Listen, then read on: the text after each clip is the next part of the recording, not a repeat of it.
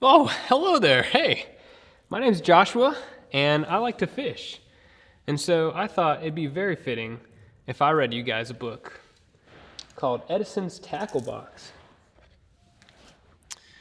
And this book is written by Megan Colvin.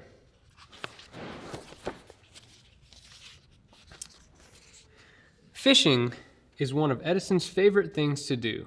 He doesn't care if he is fishing at a lake house, in a campground, fishing at his grandpa's lake, or if he is only fishing in the pond near his home. Today is an exciting day for Edison. He wakes up this morning when his dad sticks his head into his room and asks, "Do you want to go fishing with me today?" Edison jumps up and exclaims, "Yes, yes, yes!" "Well, go get your tackle box ready," Dad says as he leaves Edison's room.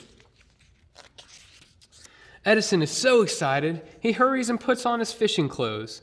He pulls on his pants and pops his head into his shirt, slides his feet into his fishing boots, and puts on his favorite fishing hat. All of a sudden, Edison begins to feel a little nervous. He remembers he's forgotten his tackle box, and he's never put it together by himself before. Edison goes to the garage to get his tackle box. He begins to wonder what should go in it. When he opens it, he sees it's empty. Normally, when he goes fishing, he just uses his dad's tackle box. First thing Edison remembers needing is fishing worms. So he grabs his sandbox shovel and runs to the garden to find some worms. He dumps the shovel full into the bottom of his tackle box. Worms are very important for fishing. Something else Edison remembers using when he is fishing is a bobber. Bobbers are really important because they let him know when a fish is nibbling on the worm so he can start to reel the fish in. Edison finds some bobbers in a bucket and puts 2 in his tackle box. Sometimes after reeling in a fish, Edison remembers his dad using a net to help scoop the fish out of the water. Edison runs to his room to get his butterfly net. He puts the butterfly net in his tackle box. He is sure it will be important for scooping up fish. Edison remembers that Dad wears special gloves because fish are slippery. The gloves help him hold the fish as he takes it off the fishing line. Edison has special gloves too. He keeps them with his winter clothes. Edison gets his special gloves out of the closet and puts them in his tackle box. Now that Edison has everything ready, he can't wait to go fishing. "Are you ready to go?" asks Dad. "Grab your tackle box. I have the fishing poles." "Okay," says Edison, and they begin walking to the pond.